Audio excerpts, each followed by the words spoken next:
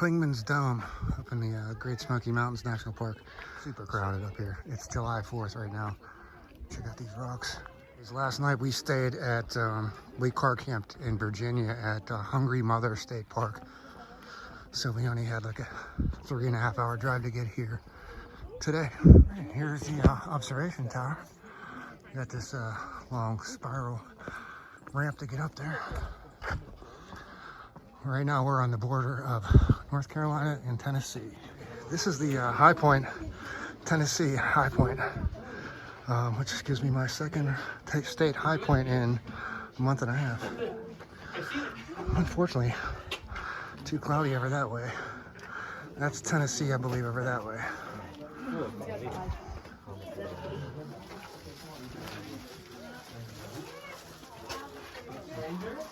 That's to the north right there. Pretty cool up here at the tops of these pine trees.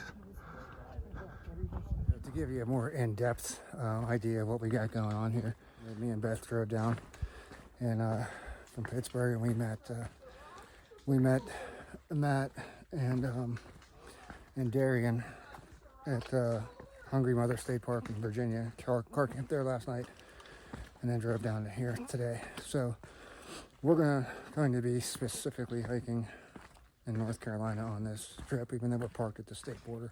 Matt came up with this this route, and should be pretty easy considering I'm still dealing with what I believe are stress fractures in both of my shins from the A100. So should be easy mileage days. 9 today, then pretty short. Everything else is shorter than 9 for the next 4 days, 3 nights. And unfortunately, we got some thunderstorms coming tomorrow. It's also going to be super hot, considering this is July in North Carolina. It's supposed to be forecast in the around 90 degrees each day. It feels like temperatures in the mid to upper 90s and down to around 70 each night. Today is going to be all downhill from Clingman's Dome. We're on Forney Ridge trails, what we're going to be following to camp. Reservations for these campsites are needed. Next 2 days should be relatively flat, and then the last day will be uphill back to Clingman's Dome. And we are at Andrew's Bald, I think it's what it's called. And no view today. 1 o'clock. We're a little over 3 miles in, I think. And about the 2 mile mark, the trail started getting a little bit less used, I guess. A lot of, some stinging nettle and some jagger bushes and stuff. A whole lot less day hikers out this way. And now we are in the front, the pack mats up in front. And there's some, obviously we're the first ones through here today because there's just a big spider web back there. How fat this tree is. I couldn't get a hammock strap around that. I need like 3 hammock straps. Yeah, you have to tie 3 hammock straps together. Oh man. That's how massive this tree is. This loop that we're doing, we're going counterclockwise from Clingman's Dome. And we're about 7 miles, just barely over 7 miles on the day. And we just came across our first water source. All right, we've been hearing something moving around over here. Matt was up in front. He said it's a bear and possibly some cubs. They're right there. See them? They're almost to the top of the Oh yeah, I can see them. See them? I just saw something black moving up in there. Try to zoom in. In a tree? Yeah. No, they're on the ground. Yeah, that's the cub. Oh, there goes the mama. I see the mama. Right up there, yeah. Yeah, I saw at least 1 cub in front of the mom. There's mama there, and then the baby cubs up in front versus the left. I saw 1 cub. Did you see more than 1? I see one. Yeah, I saw 1 and I saw mama. We made it to camp just under 10 miles. And I believe this is Forney Run over here. I'll just show you that in a minute. But yeah, I believe you have to you're required to stay at the designated campsites. And I don't know if it's the entire Smoky Mountains National Park or whatever this is. But I don't believe you're allowed to stealth camp. Reservations have to be made. There is a line to hang the food on over there, spare cables. Got some old remains of fireplace over there. There's fire rings. There's two other people camped over there. They got fire ring over there. And we got tents over here. I don't know which direction. There's a couple trails leading out over here to figure out which way we're going tomorrow.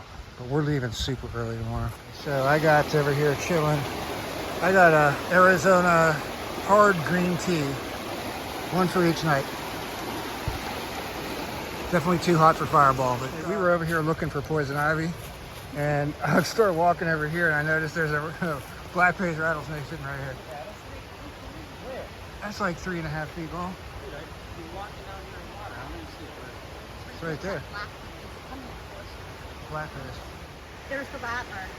So there is the snake. There's our campsite. I'm gonna right stay there. back this Okay. way. It's just chilling over here now, kind of curled up.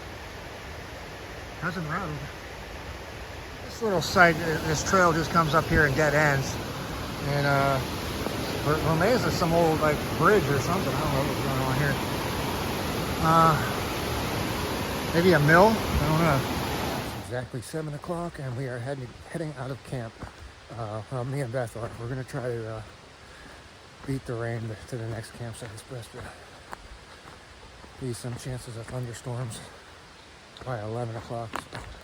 So see if we can get set up at 11 a.m. We only have about, I think just under 8 miles to do. 69 degrees right now. It got down to 67 last night. 93 was the high. Beth is getting all the spider webs for me right now. All the low ones. We're a little bit over 2 miles into things. We came up to a Y in the trail. So we decided to take the left. Either way is going to come out at the same point. So we've made the left. I think we're going to cut about a half a mile off of things. The main creek, Forney Creek, I guess it is. There was some nice waterfalls and stuff, but too many rhododendrons in the way to get a picture. That's the trail we would have come up on if we'd have made the right at that last intersection. We just came from over there, but we're headed out this way. And it says the Benton McKay Trail, which I've definitely heard of that one. We just came out onto off the trail onto this road walk. It just kind of dead ends over there. The trail starts. But we got this tunnel to go through. It looks pretty dark in there. My headlamp's like packed away. I have to use my phone light. I had Beth climbed up that trail to get a picture from the top. There's all kinds of graffiti up there. She said there's trails and a camp up there. I ain't climbing up there. Doesn't look like we need a headlamp. Although there might be some puddles on there. I don't want to step in any puddles.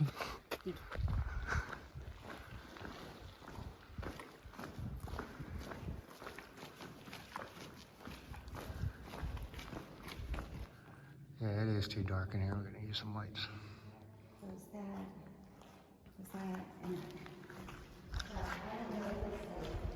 So the tunnel there is a bypass trail. It was just back before we came into the tunnel, but it was like way longer than just going straight through the tunnel.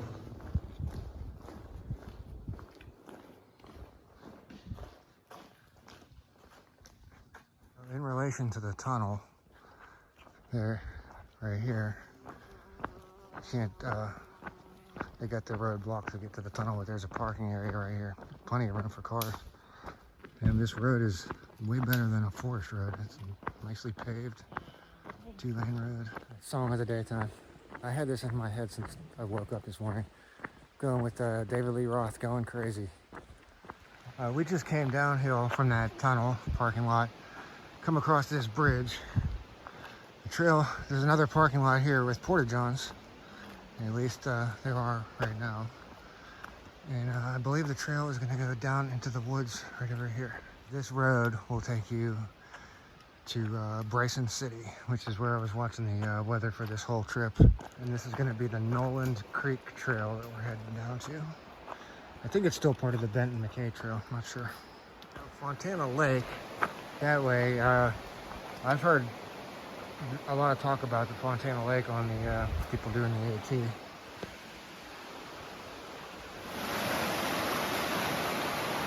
We're going to campsite 65.1 miles away. It's like 10 minutes to 10. I've never been at camp so early. There's still people up there camped from last night. But yeah, we're gonna hammock over here. It's about the only options. We got a beat up old picnic table over here. Table's seen better days. I don't see any food hung anywhere. I wonder if there's a bear lines at. There's fair lines at every campsite. They have to be here. Yeah, I would think so. I don't know where it is, but it's probably over there. Yeah, we'll find it later. Alright, here's a new setup I just came up with. It's supposed to storm, so I got the doors closed on that end. Alright. Means I got an extra pole. I got half porch mode. I got the palace mode going on top here. So this extra door right here, closing a little bit more closure. 10 after 1, and the skies finally opened up. So we got here, an hour, 3.5 hours ahead of time before this happens. So all good to go. Hopefully. All right, we're in the middle of it now.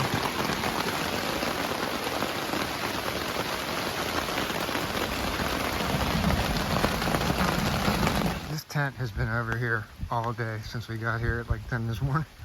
There hasn't been a sign of anybody in the tent.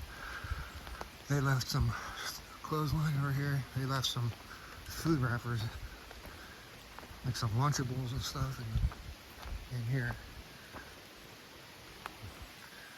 Let's see what's going on. Hello? Anybody in there? There's like a bump right here, right by the door. What is that? There's a bump right there. Is it hard? No. Ready? Ready. I'm scared. Might be abandoned is what we're thinking. I don't know how I'm you open this narrating. fucking thing, dude. There you go.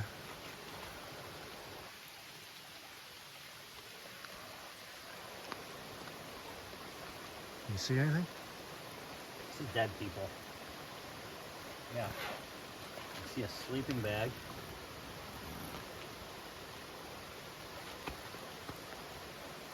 Hold up. It's just a sleeping bag is rolled up. There's nothing inside the sleeping bag? Oh no! There's a big fucking pad too. It's a big pad. There's a backpack in there, though. There's all kinds of shit in there, dude. 2 backpacks, clothes. It looks like there's a shape in that sleeping bag. Oh, stop it. Let's seriously, push down on that highest point. Dude, nobody left all this shit in here, dude. They're gonna have to come back for it. Look, there's like 2 full backpacks of stuff. 2 full backpacks? It's a girl's shorts. Yeah, dude. Look at that backpack. That one in the back there? Yeah, and there's one right there. Like, so you think somebody left all this shit? There's water getting in there. I see water on the floor. What's that over there? Where? I don't know. Water in the corner. Yeah, it smells in here. You sure there's nothing inside that sleeping bag? I mean, no, it doesn't. The other end's not as big. It's flat. I don't think no one's coming back for this. Should we see what's in a backpack? Tomorrow morning. Maybe they just went out to town to get some food and they'll be back. Huh. I don't know. I don't want to go through someone's shit, dude. No, I wouldn't yet. Wait till tomorrow morning. Look, they got their clothes on the ground right there. We'll have Beth get there tomorrow. I don't want to, like, they're going to go, they're probably coming back right now. Yeah. Maybe they got lost. They're not day hiking, they're fucking lost stuff. Beth said the only kind of loop you could do from here would be like a 20-mile loop if you were coming back. She said she figured it out. It's not like expensive gear or nothing. They could have money. Good. And, Drug mules. I don't know how, I don't know those, like, license for people's shit. Yeah. Whoever they are, they know their shit's there. I think they left it on purpose. I wouldn't leave I don't know, that tent I would leave on purpose. Mm-hmm. I wouldn't even fucking buy that thing. With all the extra time we've had on our hands today, we're over here taking a closer look at this tent and this whole situation. I was over here and I happened to notice what are apparently claw marks on the outside of this tent. Like big, like like that. There's one there. So we opened up the tent again and took a look. Right on the other side of this claw mark, there was a bag of garbage. I think that one, yeah, that one had some food, I think, in that one. So we looked at those backpacks, and they were loaded with smelly stuff to attract bears. There was like Old Spice deodorant. There was like suntan lotion for some reason. There was shampoo. Yeah, so we took that garbage bag, grabbed all the food garbage out of the fire pit, and put it back in those backpacks. And we hung their backpacks. Just yeah, we don't want no smelly food or nothing. Smelly other stuff being around here. There was even actually more food inside the one backpack, more Lunchables. So we got that up off the ground. But the inside of the tent smells really musty. So our theory is that somebody was in there. Looked like two people, and bear tried to get in there, and they took off. And the people took off, so and then just left everything here. But who knows how long that's been here? Who knows if it was like, you know, from yesterday morning or something, and that bear knows there's more stuff back here, is gonna come back. So yeah, all the more reason to hang the stuff, and we're gonna, Beth said she's gonna contact like the rangers or whoever, let them know this stuff's been abandoned here with all this food and smelly stuff. Morning of day 3, it's about 9 o'clock. Around 70 degrees. It got down to 66 last night. We only have about 7 miles to do today, so we're in no hurry to get out of here. Weather, we're not really sure. Probably a chance of rain. I wanted to show you real quick while I'm over here. These bear cables. This is only the second time I've ever used bear cables. And the night before, I was apparently using them wrong. This part here is where you're supposed to hang your food bag. I was bringing this over here. This hooks over to the tree. I was bringing that over and hooking it like that. But I was thinking to myself, couldn't the bear just easily knock that off? And then the other end has a carabiner on it, which is where I was, the first night I hung my food from the carabiner. Until somebody pointed out to me yesterday that the carabiner was the part that's supposed to attach to the eye-ring on the tree.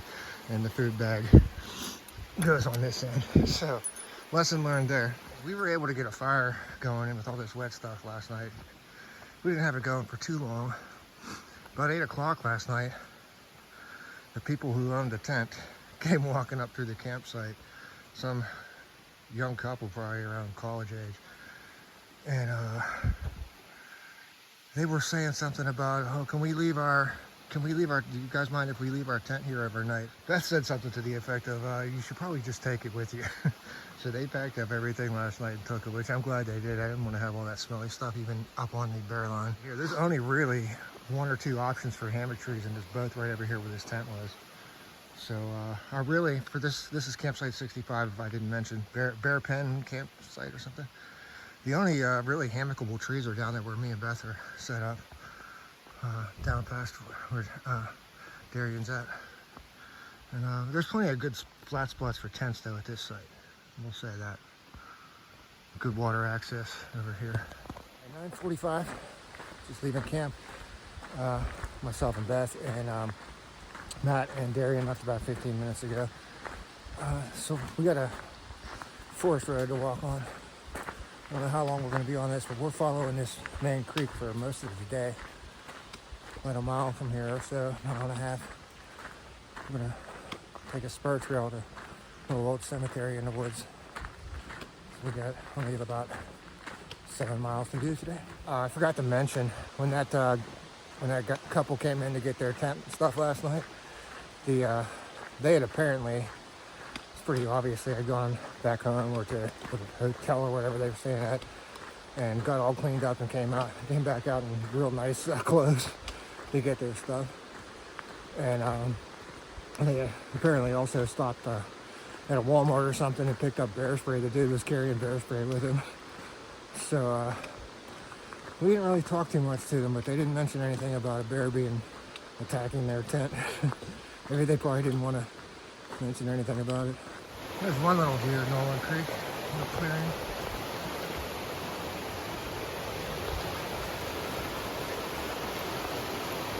A mile and a half into things, we took a spur trail as soon as we crossed the creek. It was all uphill. That's going to be all our elevation for today, but we wanted to check out this cemetery.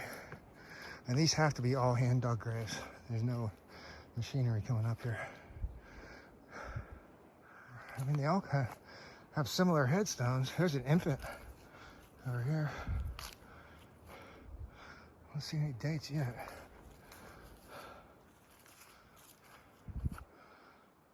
A lot of the same last names. There's a couple babies. It's like a family cemetery here. Whatever. Look, the headstone is just a rock. They have like footstones too. Here's one. Oh wow. Known but to God. Oh, I wonder what the story is there. Well, that's the extent of it. Let's see. 1, 2, 3, 4, 5. It's like 6, 7, 8, 9, 10, 11, 12 graves. Just for reference, as far as figuring our mileage for today, it was about 3/4 of a mile round trip to go up to that little cemetery up on the hill. Got a couple big creeks coming together, unless that's an island right there.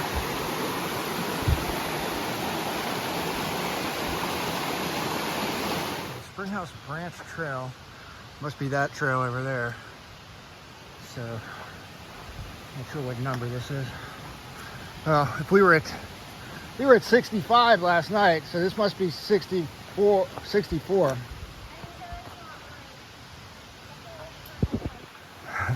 I just dropped my phone. It wouldn't turn back on. That was not good. So, I guess this forest road crosses the creek here. Check out this footbridge. Pretty cool. Oh, that's pretty sweet. Well, Beth said this is not the trail. She wanted to see where this goes. So I guess we are going to stay on that leftover forest road. Some kind of remains here. This is not the trail. Did a pretty good job on those stairs.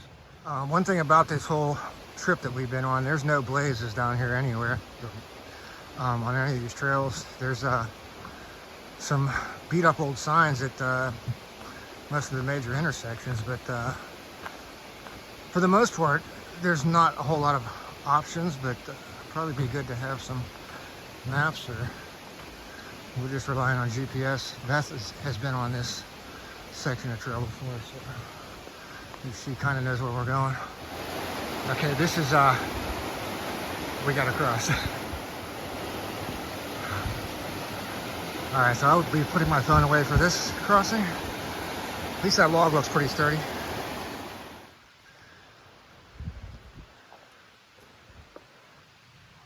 This one's not as high as the last one, but it's a bit skinnier and a bit more slippery looking.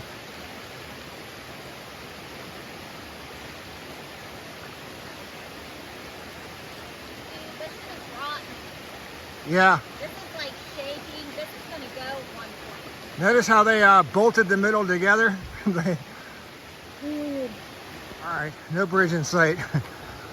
Looks like we're rock hopping here. I don't see it. I think we're getting our feet wet here. I don't see a bridge anywhere. Yeah, there was no way.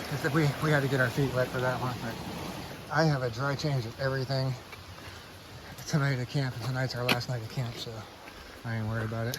This is campsite 62, just off the trail. I just wanted to come down. We're not staying here. We got to get to 61. I just wanted to take a look for reference. This doesn't look like it gets used very often. It's very tall grass. It's not the best of campsites. There's a thing for horses right here, but yeah, this would not be good for hammocks. Not really. I don't see anything. This is not the best of campsites here. 62.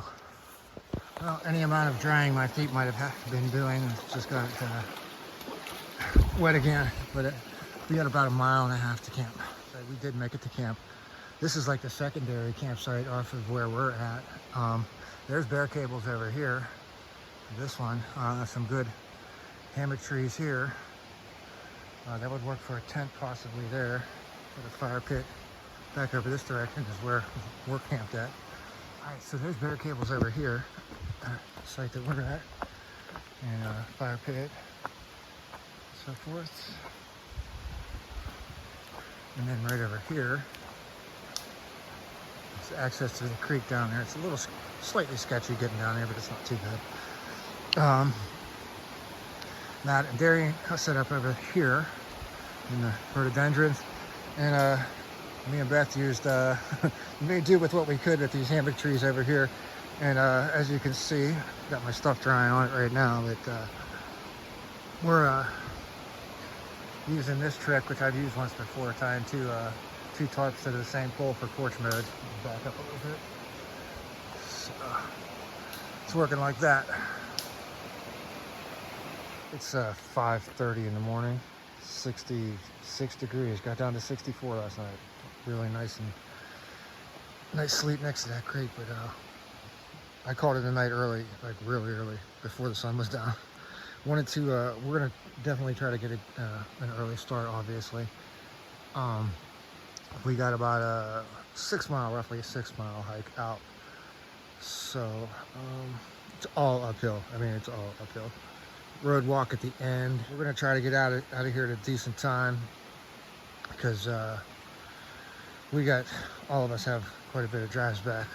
Those guys are going to Cleveland, me and Beth back to Pittsburgh, so those guys have like a 10-hour drive. Me and Beth probably got like 8.5 hours. But we'll be stopping for food, and there's a place in Gatlinburg that has like free showers or something. We're gonna stop there. Just came through a whole bunch of stinging nettle. But we're 4 something miles, so we should be getting to the road walk real soon. I'm not bothering putting on wind pants for this nettle section. All right, so we still got some uphill, but it's a road walk uphill, and skies are looking a little bit dark over there. Wasn't expecting that.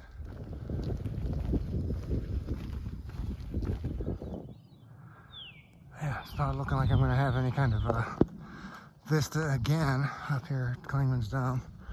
Not going all the way to the top, but just at the parking lot. Valid parking tag must be displayed. Parking tags available at Park Visitors Center.